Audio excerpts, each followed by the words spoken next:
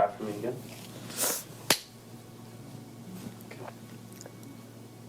One. Okay, so can you just introduce yourself, your name, your occupation?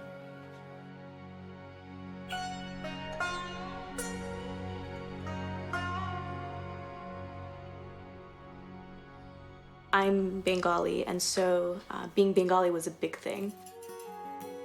When I was growing up, we were, you could say, seasonal Muslims. You know, we prayed during Eid, we fasted during Ramadan. I went to Sunday school, but that was much more of a cultural thing more than it was an Islamic thing. My parents came from Pakistan. I was born and raised in New Jersey. Growing up, you know, Islam was an important part of our lives. I went to Sunday school, I learned how to read Arabic, all the basics. I had a very strong group of friends growing up who were all Muslim, so we grew up together almost as siblings. This one particular friend, our parents go way back. They all came to the country around the same time, and so the immigrant experience, they got very close. It was very much like family. I was born in Framingham, Massachusetts. My mom is Pakistani, she's from Karachi, and my dad is Indian from Bombay. Growing up, I think Islam and being Pakistani, Indian, that was a big part of how I defined myself. Culture and religion and sort of behaviors or expected behaviors, that all was sort of tied into my upbringing. My friend's a little bit older than me. When I was born, she was like my big sister. I grew up with all her cousins, all her aunts, all her uncles, kind of like as if they were my own. He was relatively new to the country, and I didn't know him very well, but because he was always at these family functions and gatherings, he was somebody that I was made to think I should trust. I was 8. I didn't ever question that until he betrayed that trust.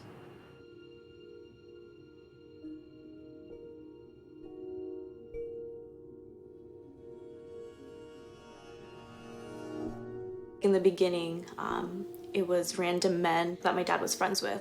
And so these men would, you know, tell my parents that they're taking me out for ice cream. But you know what? In reality, I never went out for ice cream.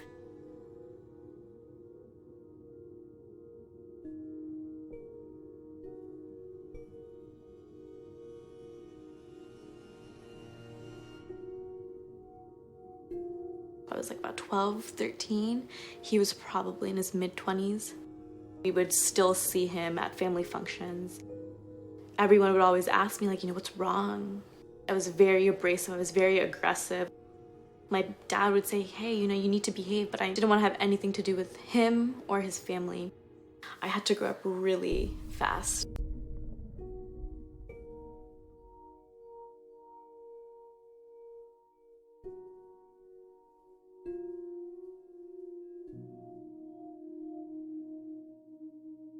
When I was in 10th grade, so I was 15, we went on a trip.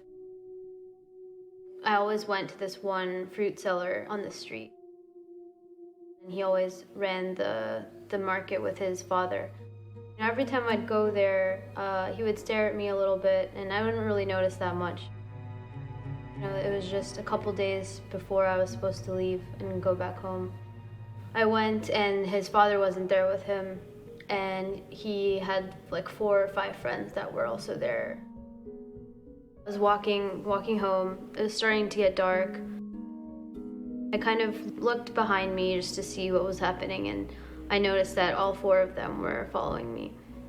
And so I kept walking. I kept walking a little faster, turned around, and then they were closer. So I started running, and I could hear them running after me, and they were yelling. And then I felt one of their hands, someone's hands, closed around my mouth and my ears and my eyes, and suddenly I couldn't see anything. And they dragged me to some other side street, and my whole body just froze. And I guess from there, it's kind of obvious what happened.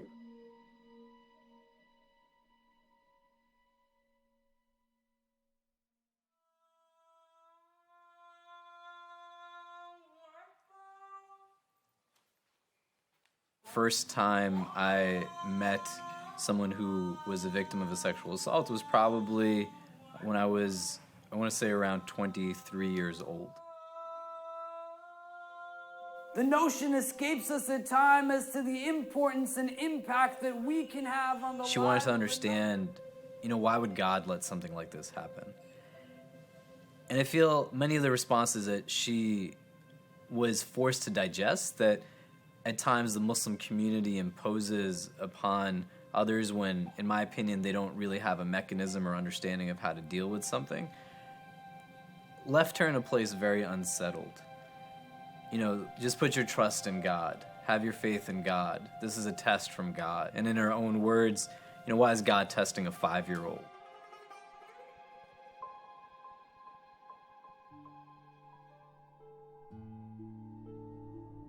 Every time I was in a situation with, let's say an old uncle, like a non-relative uncle, or even my cousin, it was always a feeling of disgust. It was always a feeling of secrecy and not understanding why I had to be secret about it, but for some reason it was like this innate feeling. All I know is the feelings that I had coming out of those situations, or sometimes I'll have flashbacks and I'll remember exactly what certain people did.